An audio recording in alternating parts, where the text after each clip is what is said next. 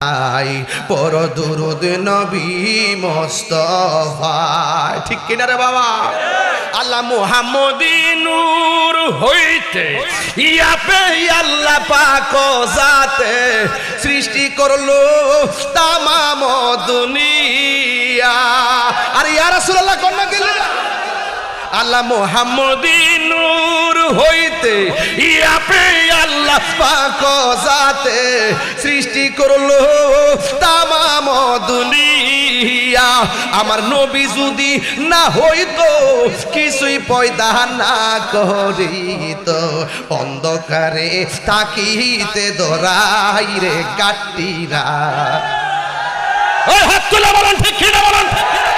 আমার নবী কি নূর না মাটি? আরো জোরে নূর না মাটি? আগুন নাই, পানি নাই, মানুষ নাই, জিন নাই, ফেরেশতা নাই, আসমান নাই, চন্দ্র নাই, সূর্য নাই, লৌহ নাই, কলম নাই, আরশ নাই, কুরসি নাই, নাই নাই কিছু নাই। যখনই আমার আল্লাহর কাছে আমার নবী হিসাবে, নবী নূর হিসাবে ছিলেন। হাত তুলে বলুন ঠিক কি না বলেন?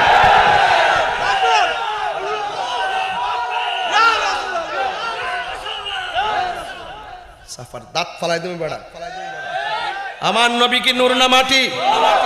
এটা কি তাহিরি কথা? স্বয়ং কে বলেছেন?